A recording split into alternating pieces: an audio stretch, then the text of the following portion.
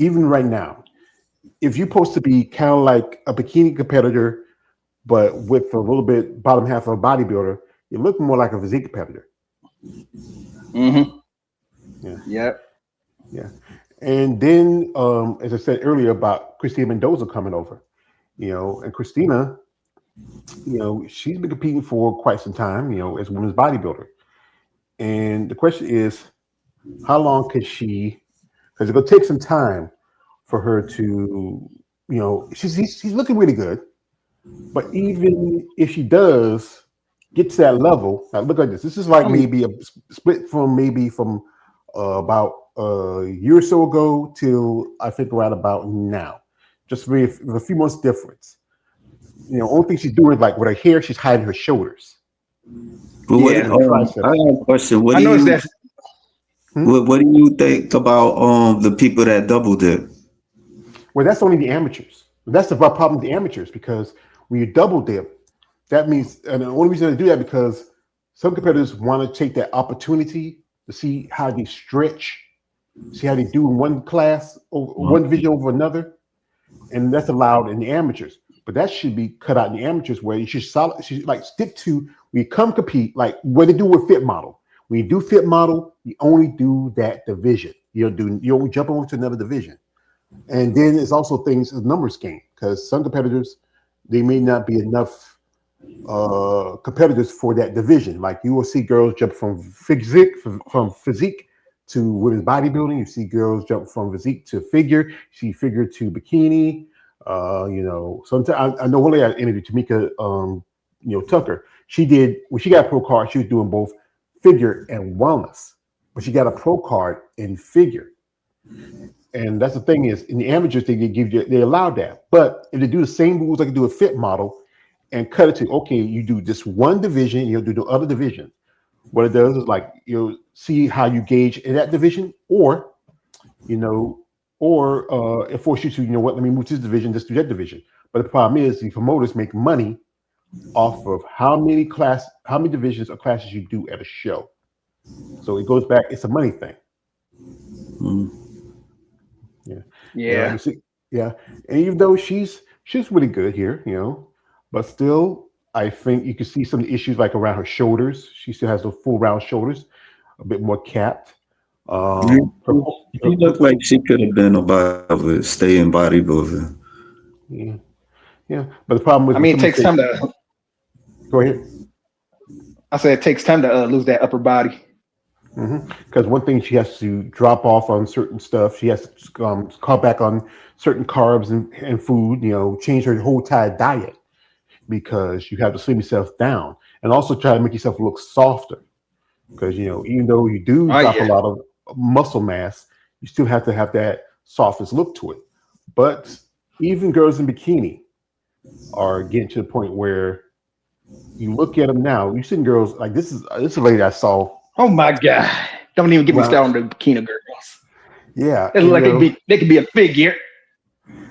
it's just this is a lady. Her name is Karen Saxon. I saw this, and I'm looking at this pictures I saw of her. And this lady, if she ever think about it, she's wait a minute. Let me see. That's her man. It's a boy here. There you go. If you look at it from the back, her especially around the adductors and the quads, she looks Yeah. closer to wellness than she does bikini. You know, the Yeah, that's more legs. of a wellness look. Yeah, it's close to wellness a little bit also close to the figure. You know, her muscle density. Now this is supposed to be bikini, and if you look at the girls in bikini now, they are getting more dense, more size. And they say the same thing about bikini. They don't want too much direction to glutes. They don't want too much You're starting cap to in the see that. shoulders. Yeah. They want your abs to be too well, dominant. Yes, she still looks very feminine, but if she ever thinks about it, maybe take a year off, put on more size. Like I know Mikael a while back when he was at New York Pro, he ran into a young lady and her story was, that was her pro debut. Her name is Yasi, and Yasi actually was doing bikini. You know, Yeah. and this is, if you look at her, to me, this is really figure. No, You that's know, you really, figure. that's figure. You can look at her. She has not too much size in the traps. Great lean, nice taper. Not too big. And that's the thing is, that's the problem is the girls even figure are getting way big, and that if you compare her Hmm. to that chick Carrie, they look like they could be in the same division.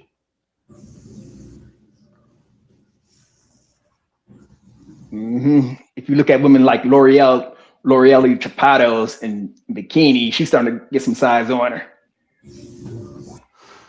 Yeah, that's the thing is the size factor. And we go Hmm. back to the issue of judging. Like the judges, are they not calling us out? I'm not saying, like Tariq said earlier, like he's saying you don't want women in fit model to have those same cap round shoulders, but you're not doing the same thing to other divisions you're seeing you're seeing that little like thin line between physique and women's bodybuilding or figure and Yeah. physique or even wellness.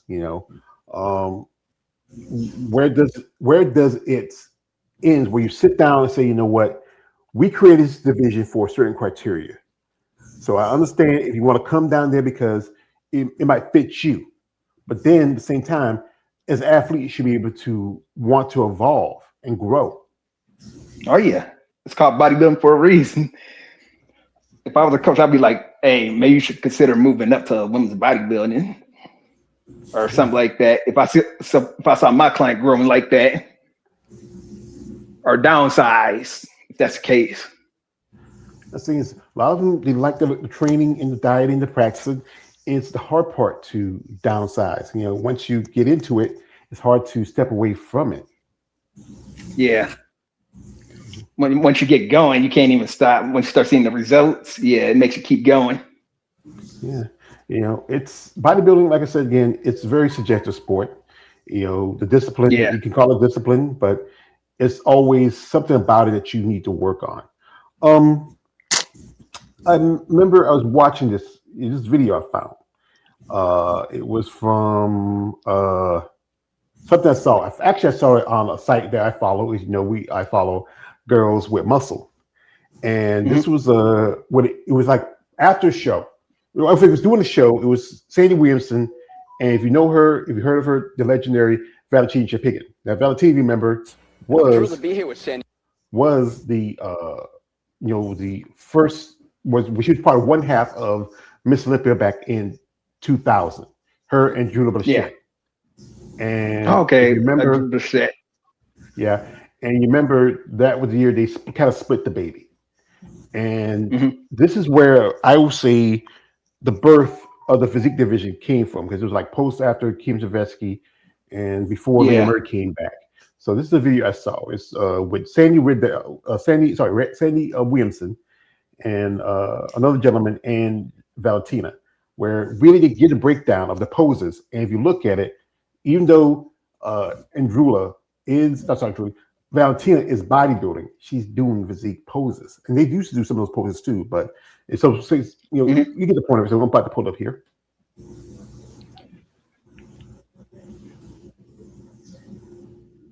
Sandy Rinaldi and Valentina Chapiga, the current Miss Olympia. Sandy's going to take us through some of the compulsory poses and some of the symmetry rounds that we look at for these athletes. They're very specific, aren't they? Definitely. What first thing that we do as a judge is when the athlete comes out, they're going to go through the quarter turns. They're going to face us, standing forward with their arms at their side and their heels together. And you're looking at the width of the shoulder development, how it's proportioned to the lower body, the symmetry of the waistline, a sweep to her outer thighs, her calf development. When we talk about balance, what are you looking for? You look at her waist, the taper of her waist, the outer sweep to her thigh, her calf development. Next, she does a quarter turn to the right. And as a judge, I'm looking at her development of her chest as proportioned to her glute development, sweep of her hamstring, again proportioned against her quadricep and her calf development, quarter turn to the rear. And now I'm looking at the width of her back, how her back tapers down to her waist, the glute development, the back of her hamstrings, and her calves. Quarter turn to the right. And again, I'm looking at the development from the other side of her body with the chest development. And last, it's a quarter turn back facing the judges. How's Valentina holding up in the symmetry round, Sandy? Oh, I think I definitely give her a 10 out of 10 in that round. I would have to agree. The next round, of course, is muscularity, and there are specific poses that you're looking for here. Am I correct? Yes, we have 5 mandatory poses in the NPC, and the first one is the front double bicep. And the athlete usually sets their leg first and then brings their arms up. And you're, again, obviously you're looking for the bicep development, but you're also looking for her quadricep development. You'll see a little bit of her abdominal development. So even though it's called the front double bicep, you're looking at really all the muscle development to the front. Next, either side is for her side chest.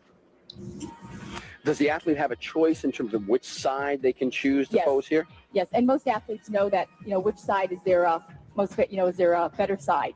And you're looking for chest development. The athlete will try to lean down a little bit so that the judges can see the depth of her chest muscle. You're looking for your delt muscle. You're also looking for your bicep and your tricep. You're looking for glute, especially hamstring development here.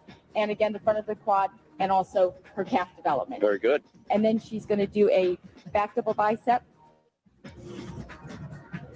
How often do you see athletes that look very well developed from the front and then tend to lose a little bit when they turn to the rear? Often. And as an experienced judge, that's one of the things you always wait till you see the back, the back of a bicep first. Because again, here you're looking not only for back development, the thickness, for the width, you're looking for the back of her shoulder development. Again, her tricep development, her glute. Is there like a definition, line between the glute and the hamstring development and her calf development? Very nice, Valentina. And then again, it's a turn to either side for side tricep. And again, we allow the athlete to go to whatever side that they feel is their better side. And you're going to look as a judge, again, even though it's the tricep, you're still going to look for your shoulder development. You're going to look for heads of the tricep balanced out against the bicep. The athlete usually makes sure that you see her glute development, again, the hamstring development, and the quadricep development. Looking at the whole picture. Absolutely. How important is it for an athlete to be fluent between these poses as opposed to just mechanical and rigid? It's very important, especially the higher up you get, the quality of the contest, like at the national level, the professional level, because it just tells you that the athlete is very secure in how they're tightening their muscles and and how they're presenting their physique to you. And then when the last pose that you'll see is hands overhead abdominal. And this is definitely a combination of all the muscle groups, because what you're going to look for is obviously the muscle development, but also the serratus development. And usually the athletes will change legs so that you get a good picture of how their quadriceps are developed. And usually from this picture, as a judge, you can make your decision. Then I'm convinced I'm going to have to switch to Bud Light. Since the entire system is based on points. How important is the final round, the posing round itself, when they put together the routines? Again, it's very important because it allows the athlete to present their better body parts to the judges in the way they want us to see them when they do the mandatory poses. And at that point, the judges are ready to make their decision. NPC judging official, Sandy Rinaldi, and the current Miss Olympia, Valentina Chapiga. Thank you so much. That gives us a much better understanding of the NPC. That's a good point, because that's the one thing when you look at divisions, it's supposed to be a certain look that, supposed to be was the standard. As you know, she was doing more of the poses you see in women's physique today. Back then, Yeah. the division haven't started yet. It was like almost a good 12, I would say 10, 11 years before we started women's physique. And that was the person I think was a good example why they created that division. It's always been the debate where why did they split 2 Miss Olympias where you could have just had one? Just one. Yeah. So I think this is my thought on it. Valentina at the time was very popular. She also did another thing with Linda Murray at a show where we were using her as a model, and she had a good look to her, very feminine, very aesthetic. She was a very attractive lady. Can't deny that. And Drew Bachette, if you remember Andrew Bachette from back in the day, she was, popular. Man, she was massive. Yeah. And she was competing as a lightweight, while Valentina was competing as a heavyweight. So even under the average, below the weight standard of, I think, what is it? At 150 to 160 was heavyweight in women's bodybuilding. 140 It should still be like that, but I don't know why they did that. Well, because they just didn't. I don't know. They just feel like they couldn't keep it under control. Whatever reason, They still can't keep it under control. Yeah, they can't. It's just always been an issue when it comes to weight size classes. Women are always going to be different from men. Men, we're built a certain way, and we can put on muscle really good, because we have natural testosterone. Women don't. And then that's why you have multiple divisions. Right? That's why you have divisions like women's bodybuilding. You have physique, you have figure, you have wellness, you have fitness and bikini and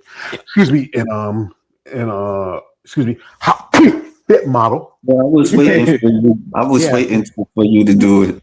I was expecting. Because those divisions, for whatever reason, is for each different body types.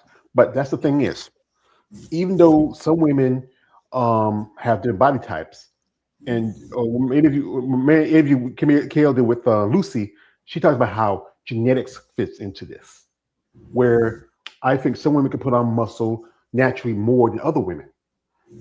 I think some women can fit in a division because they maybe are a certain body type. Now we talk about 7 different body types at that. Yeah, and we're talking about how some women look like she would do with bodybuilding. Now, it's a debate. I don't know if she'll ever do it. What one lady that's really been getting a lot of attention lately. Oh my goodness! Did you read the comments, my man? Yes, Sarah Bradley. Sarah just did an interview with the Female Body Channel. I watched it. It's a pretty good interview. It was. Yeah, I watched it. She's a very strong, intelligent young lady, and she's dedicated. But there's a debate of, does she really belong in women's physique anymore? Even though with her height, she's only she's 5'2", but she's no more maybe an inch taller than Angela Yo.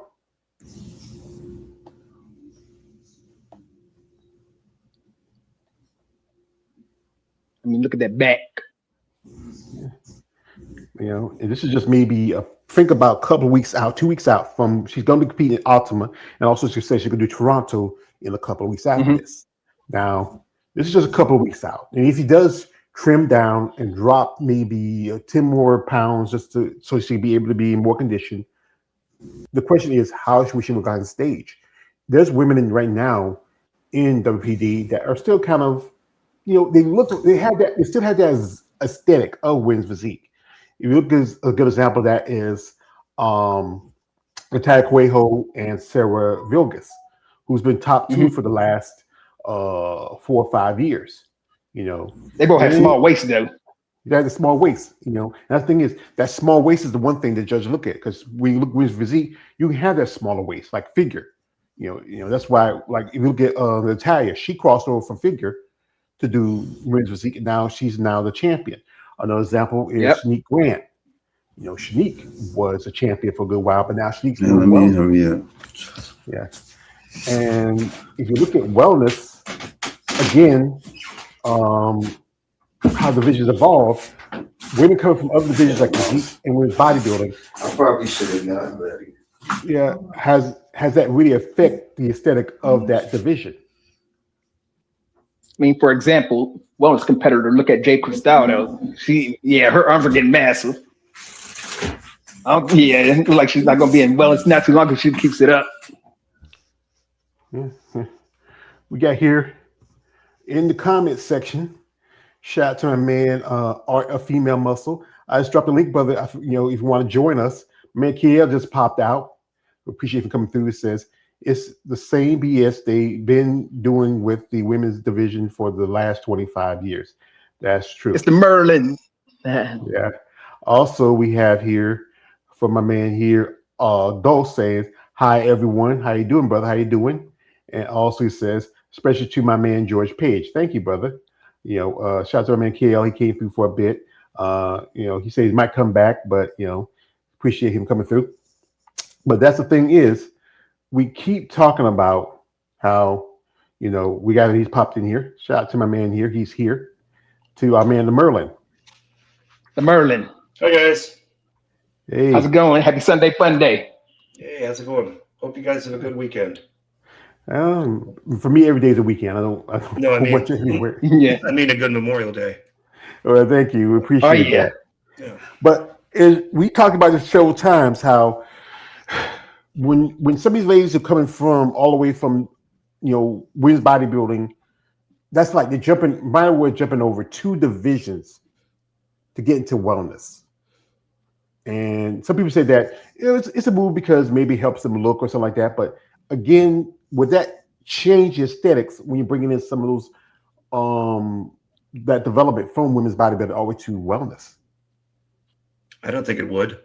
I think the thing that determines the criteria or what the women are going to be striving for is quite simply what the judges reward.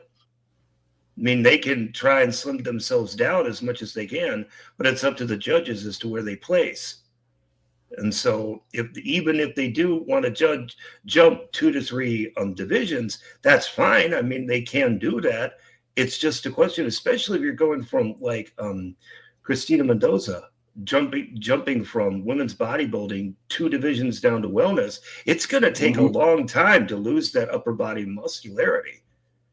And I mean, even if she wants to keep the lower half, which I think would do her a great, I don't know if that would necessarily do a good service for her in wellness, but still, it's going to take a while, I would think, to lose all of that dense, hard muscle to be able to be competitive in wellness. I don't know if she's planning to jump in this year or if she's planning to take some more time off to slim down more, but I think ultimately they can do that all they want. Obviously, it's their physique, it's their choice. It's just it comes down, the look of the division comes down to what the judges are rewarding. Regardless if the woman is making the jump down or up for that matter. So it comes down to what are they rewarding, because that's what the women pay attention to. All the competitors all over the world are glued to their computer screens during the Miss Olympia. And that's for all the divisions, to see who are the torchbearers, who are the trendsetters, who are the ones who are the top in division, and they're all going to model their look based off of them. So I think even if they do make the jump, I don't think that in and of itself is necessarily going to affect the look of the division as much as are the judges going to reward that look if and when it comes in. Mm-hmm. And the thing is, the judges, you have judges telling girls in wellness, not in wellness, but figure to get more bigger and more fuller, but define what did you want bigger, fuller. If some women thinking, okay, maybe I just widen my back in it, and while they're training your back, they might even develop their traps. They get more density in their back. They don't want you to be too dense where you look like you could be doing women's physique or even women's bodybuilding. I mean, and if the judges are the ones who are saying, hey, okay, that's good. But if another judge says, no, that's too dense. We like I saw that video with Tariq. They don't want too much serration in the glutes, especially if you're bikini. They want too much fullness in the quads.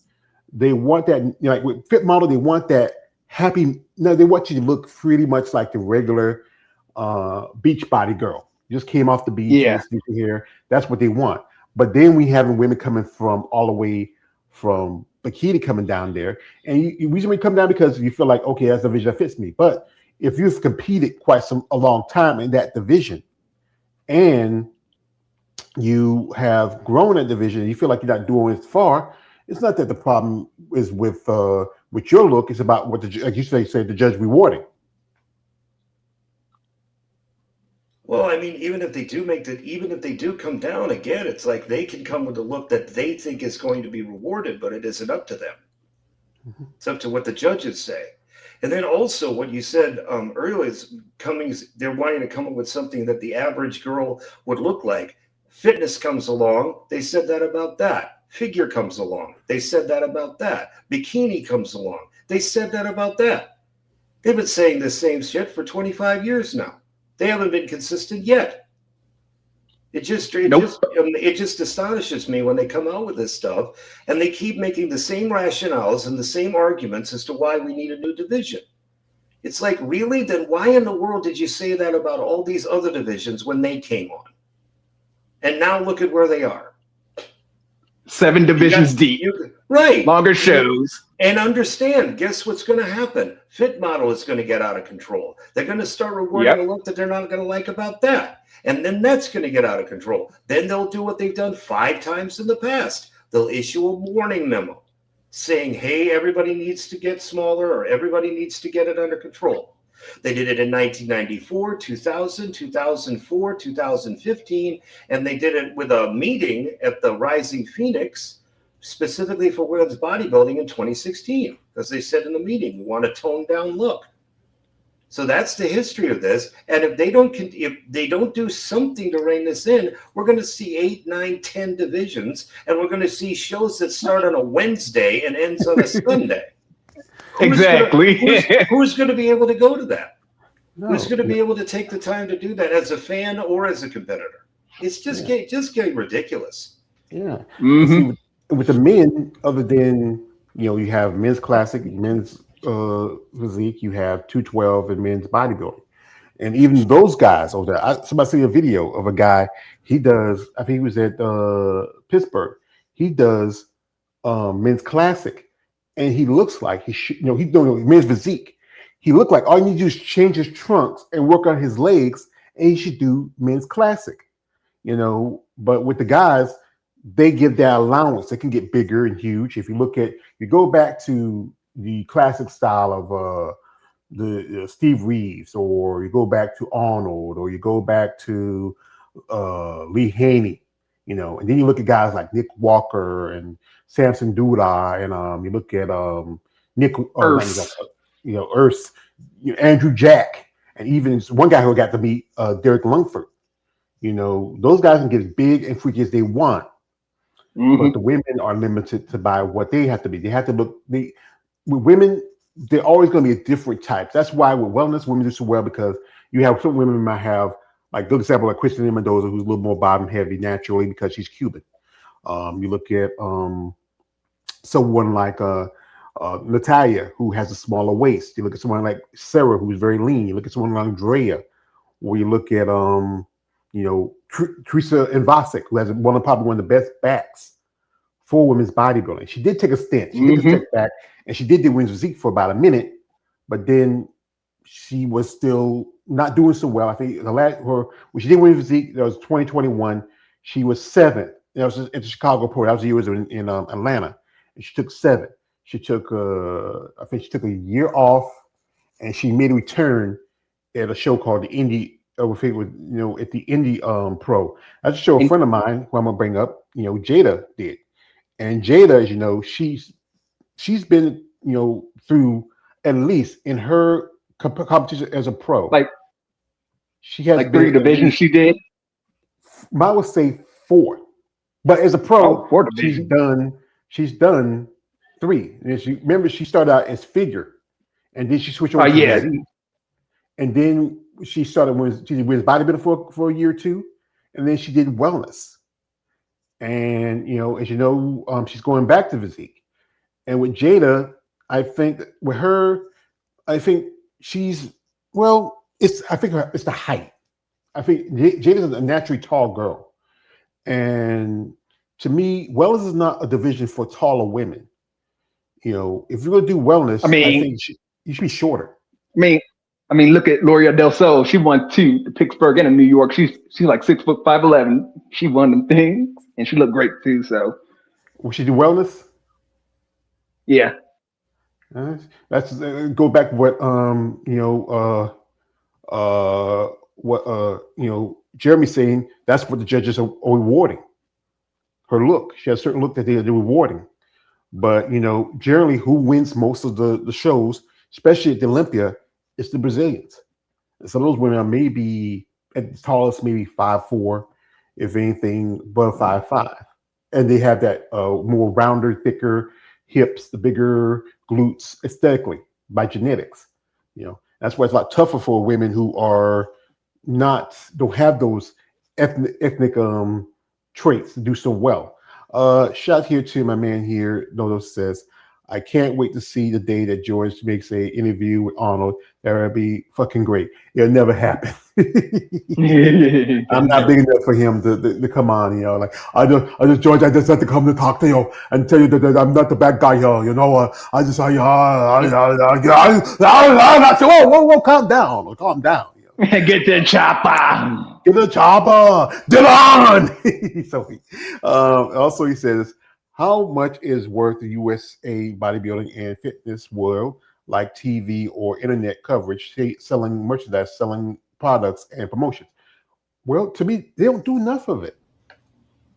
Because I don't know, whoever is controlled, like one thing, IFB do have like a little clothing line. We talked about this before, like about money. Where does that money go? They'll like one thing is because bodybuilding being so streamed, it's hard to get the attention to it like on news unless it's someone who just passed away or something like this happened. It's just hard. Either they don't really work on that part like you're supposed to, especially this is supposed to be a professional sport. Mm-hmm. Professional league. Yeah, but it's just the same thing. It's that 99.9% of the world doesn't give a shit about bodybuilding, nor do they even know about it. I mean, it's like everybody hypes up the Olympia weekend. 99% of the planet has no idea what that is. If you had any pro basically go out on the street corner of any major city in the world and said, "Hey, I'm IFBB pro such and such," not only are the majority not going to have any idea who they are, they're not going to have any idea what an IFBB pro even is or what it even stands for. So yeah. And I think there are a lot of factors that go into that, but it's just a simple fact is that to answer the question, how much is it worth? As far as that goes, not much. Because I mean, the majority of their income is coming from largely revenue from the pros. They're having to pay for their pro cards. They're having to pay for all this stuff just to even be able to get to the shows. And the same thing with the amateurs on that level. That's where they're making their money. I mean, yeah, you go ahead and put the internet coverage out, and yeah, you can do selling merchandise or products, but I mean, even the promoter said I think it was Linda Murray, Sidney Gillen, and Andrea Shaw. They just had an episode on Olympia TV, and they echoed what Keith has said on this show, is that the moneymaker is the amateur division. That's why a lot of these shows are pro-ams, that they're both a combination of pro and an amateur show, and they say that's where the money is. That's where they make their money from, not necessarily the pro show. Because you have multiple competitors competing, and you might have, like I said again, you might have people cross over and doing this multiple divisions or multiple classes, and they pay for it. While amateurs, doesn't other than masters, you don't pay. As you know, shout out to Jeremy and Josh. They tagged me in something. As you know, coming up in about another couple of months is going to be Chicago Pro Masters, right? But where's the Open? Yeah, and that's the question: is where's the Open? And this kind of last minute they dropped this, because it's already once you hit May, the season's really starting to pick up because you have more shows. Like next week we're going to have the Ultima Classic, and also there's a show in Spain, the Masters of Spain. So we're going to have some shows coming up.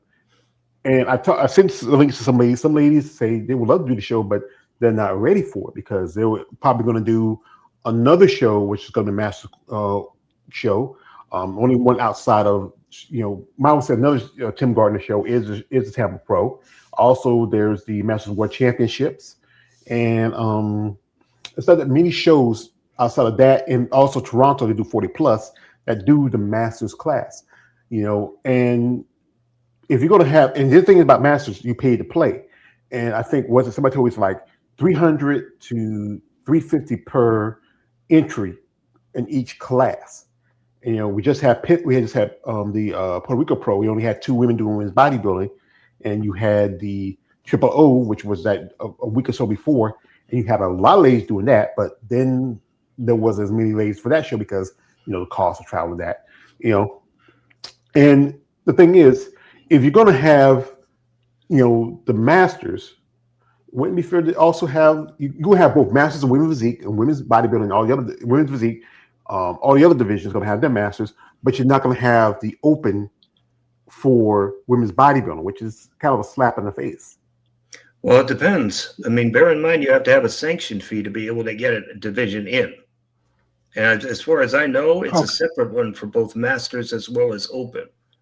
So, I mean, it's come a choice of being nothing at all versus one, which I believe is what, 10,000, not including prize money. Then it's like, if you want to, as far as I know, for both open and masters, I think it's a separate sanction fee. So it'd be $20,000 altogether to be able to bring that in. And you look at all about how long it's taken for Anastasia for her GoFundMe account to be able to try and get up to the amount of money where they said they needed in order to be able to get the Tampa Pro going. I mean, it's taken a long time for her just to be able to get that money. Now, she said that now she announced that she finally, through another sponsor, has gotten all the money that's needed. But still, up to that point, I think it was still like what? There was like $3,000 still needed. Yeah. Even after they got, prior to them getting the sponsorship, I mean, that other extra $3,000 or so, that would have come out of Anastasia's own pocket. So it's like, and that's where that stood. So it's like, if it's that hard to get people interested to pay the sanction fee for one division, for one show, I mean, we would have to do this on a regular basis, and it's a question of how many people are going to be willing to do that per show.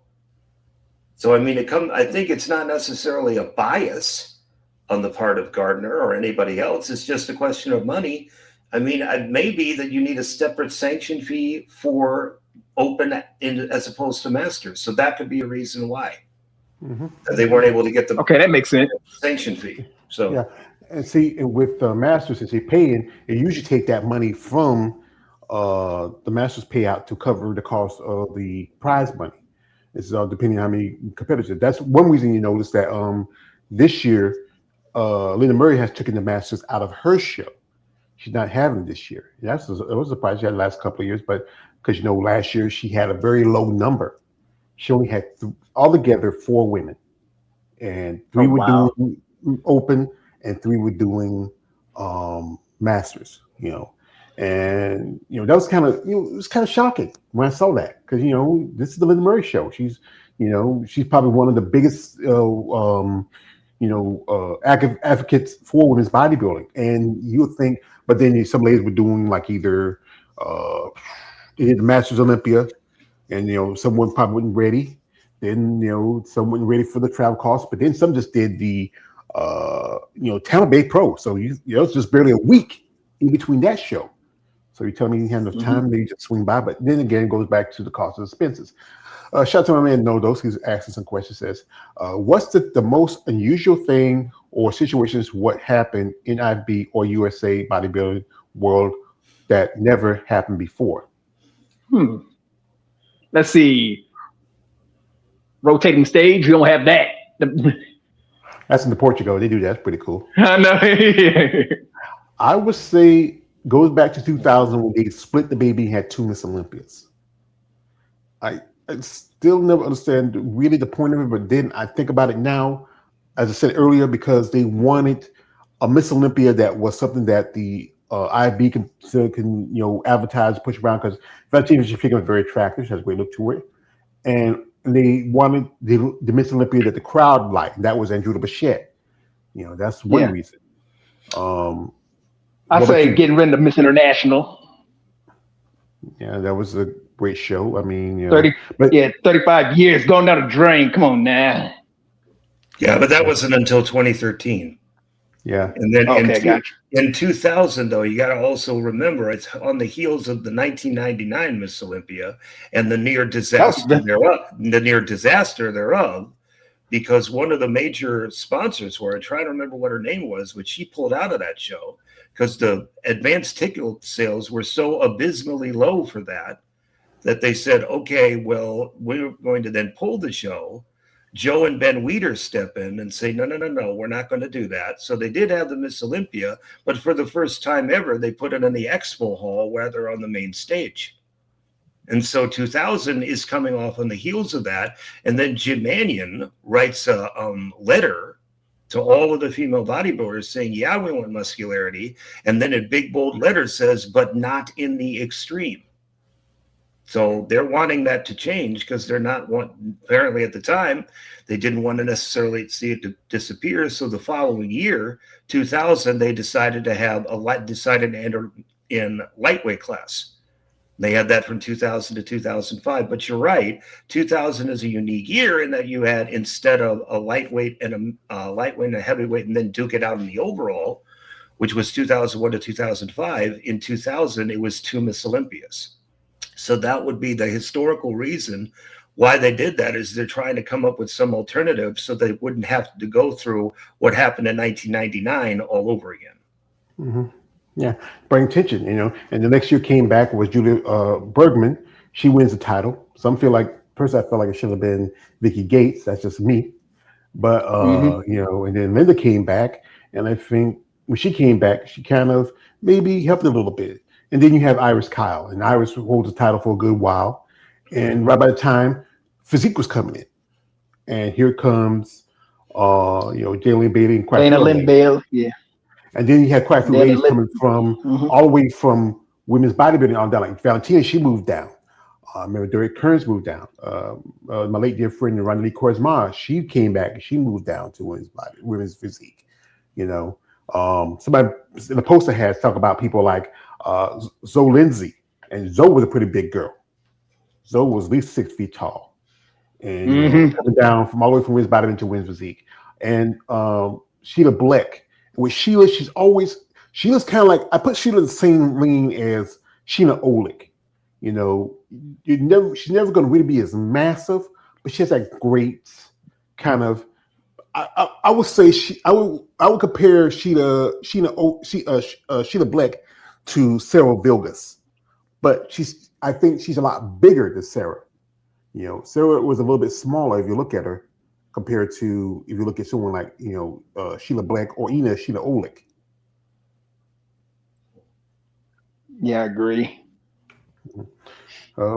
We had here shout to my man here, Lawrence Perkins. Says, hello, brothers. Everyone's on the chat as well. Appreciate it, brother. Well, here's a video I'm gonna pull up here. This is from Jordan Lee. This is where, debate about how bikini is really evolving. And we have someone like Olympia, like Jordan Lee, she mentions the use of pads. And when you hear it from a bikini girl saying, what? They on pads? Here she goes. She says she's off 3 months. And here's a second. I clicked it. Come on. Steroid in like 3 months. So, not bad. 40-pound dumbbells.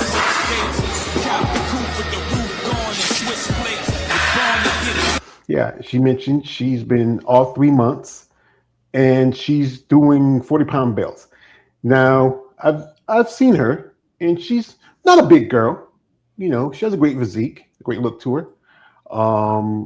Is it an example of how the division has evolved? Where you're looking at girls in bikini, again, even off season, they look pretty good because with bikini, you have to maintain a certain shape. But you're seeing girls bikini lifting heavy, doing higher reps, more weights, and some of them right now could probably easily squeeze into a division like figure if they want. But again, it's about what the judges are rewarding. If you're awarding girls in bikini who look like they should be figure and not really saying, okay, this is the guideline we set for that division. We want you, you want you girls who are bikini come in softer.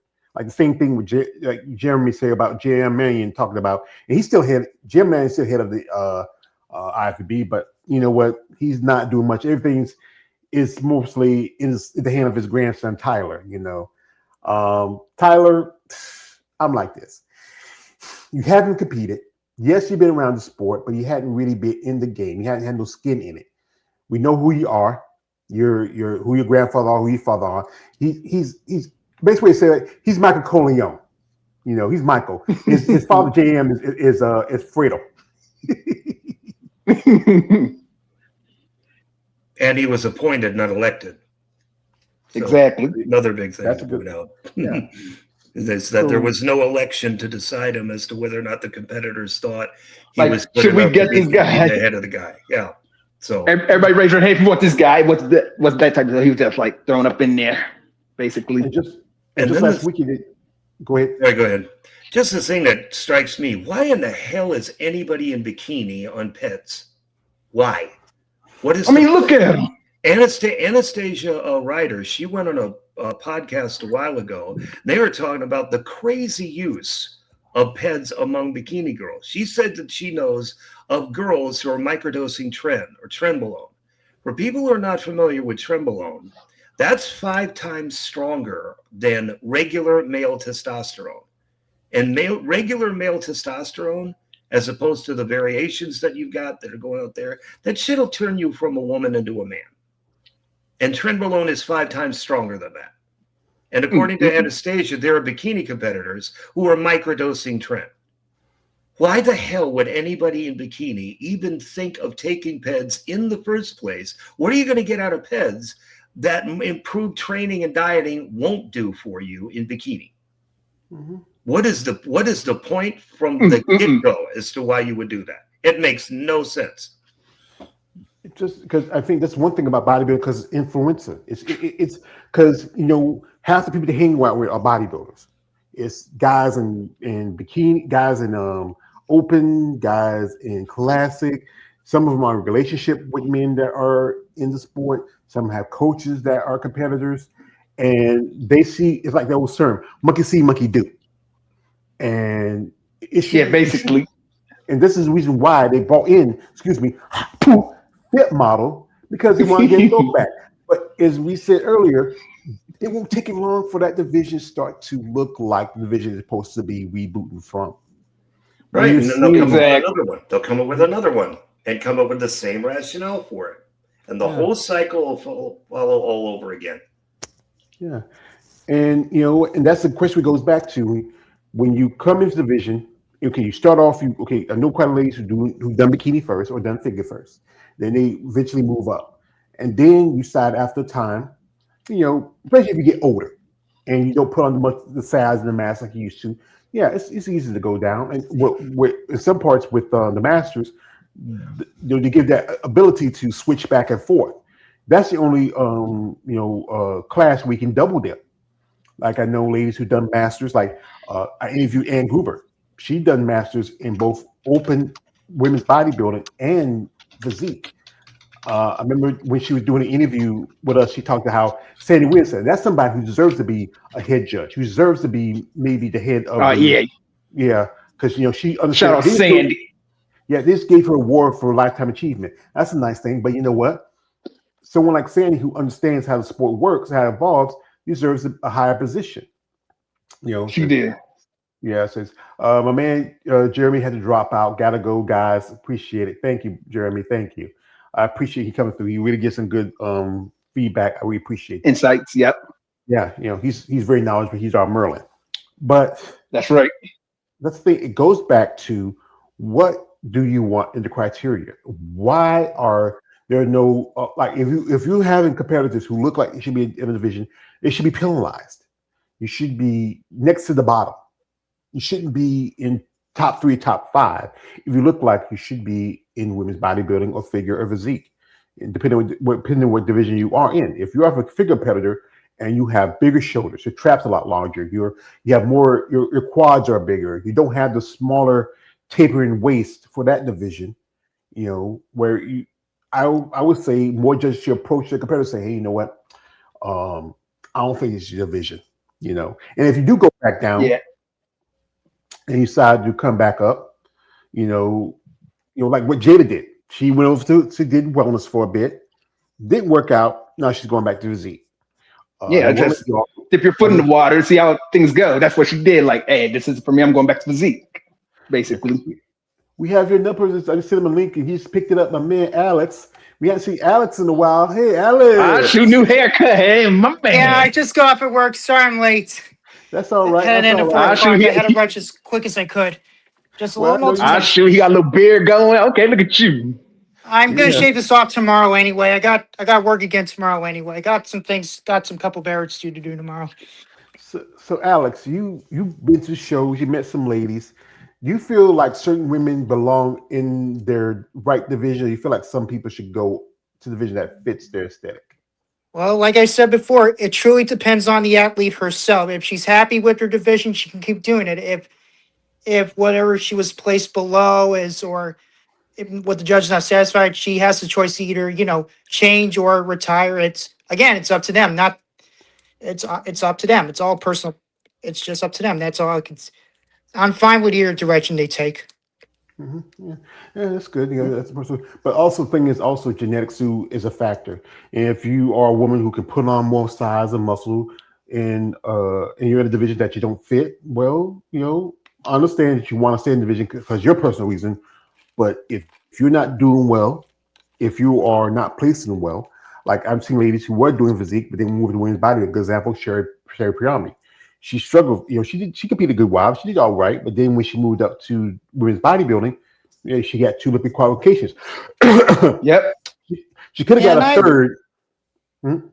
Yeah, I understand. Yeah, I understand where she's coming from. Yeah, and I respect, the decision she's making. This is going to be her swan song year, so I'm hoping she makes the best out of it before her, retiring out of competition. I mean, you could tell she's a hardworking lady. She's a mother of 3, works as a dental hygienist. It's sometimes it's not easy to do all 3 at the same time, and I understand and respect that. Yeah, and she mentioned she did an interview with Man Glenn at the Amazon Fitness magazine. She's gonna be her last year. Yeah, that's what I meant. Swan song. That's what. Yeah, swan song. That's what I meant. Yeah, final year. Yeah. I got you. Yeah, because I think as fans, it's like we heard that Hella Trevino has retired. It's when we hear some of these retire, it's like we're gonna miss them, but we still have pictures and videos. They're gonna be still around, but it's not be on the stage anymore. Yeah, that's fine. Yeah, I'm fine with that as long as they're helping others, or others becoming their successors, or somewhere between. I'm fine with that.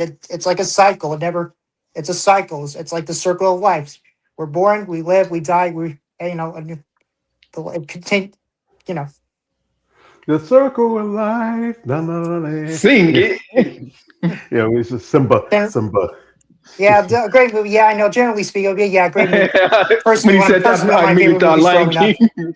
Came out the year when I was born. It's still one of my favorites to this day. Dang, you made me feel old, boy.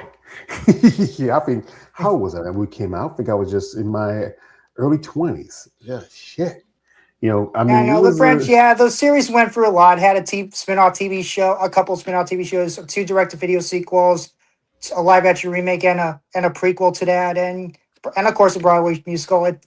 It's considered one of the biggest franchises Disney has made, and to think Pocahontas was supposed to be their biggest hit at the time, but The Lion King was the one that took the crown. Yeah, I remember, it was a great movie. I remember when my niece and nephew saw it, they loved that movie. They were little kids then. Wow, now they're, grown with, kids and the kids about grown. But yeah, the aesthetics of how bodybuilding evolved over time, how the women have grown, how the men have grown, and also trying to find that right place where you fit in. That's the thing is, like, we talk about Christine Mendoza. She's moving down to wellness. Another lady who's moving down to wellness is Julia Wetzel. And to me, with Julia, I don't know. It may not work as good for her as it would for as other competitors. Because with Julia, she's kind of a tall girl, and that thing goes back to the taller women. They can struggle in a certain division. Now, I think bikini figure, I think it does good for taller women because the height thing. They want more slender, more kind of a slender, tall look to them. But then if you are going to a division where you're supposed to be a certain build, a certain height, and if you are maybe not that specific parameters where you are anybody, I would say this, anybody past 5'5", honestly, I think they're going to struggle a bit in that division. Now, she has posted some stuff here and there. We're not sure, because she did, like, one thing she said she did a reality show with the Mr. Beast show. and Yeah. she lost 40 pounds. Okay, I would say you lost 40 pounds. I wouldn't go all the way down to wellness. Either go back to WPD or do, figure. I mean, she's getting there, but then even I mean, the wellness part is there, the lower. She needs to work on it a little bit more. The glutes and hamstring, yeah, she needs to come in a little bit more. Yeah, but see, in wellness, you have to do a lot more extra leg work because they want that roundness in your glutes. They want that next hamstring connection.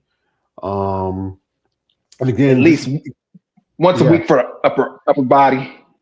Yeah, you have to really pull back on your upper body because you can't bring too much. You don't want your arms to be too big, too dense, and you don't want too much roundness in your shoulder. That's why one thing when they do when they do back poses, you don't see the back because they want to see the details. Yeah. Like, this is one of her clients here, and she kind of fits. I think not so much wellness. I could say bikini. She still has, still don't have the overall, fullness in the glutes for wellness.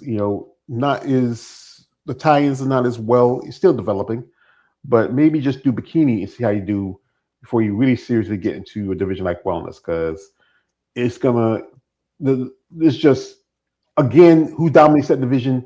The Brazilians. They've been dominated for the last Brazilians, no doubt. Last 5 or 6 years. Some ladies going on 6 years. Yeah. Some ladies who are of another ethnicity or ethnic background done fairly well, but then when you go to the bigger shows and you bring in certain competitors who have those strong aesthetics, it's a struggle. Shout out to my man here.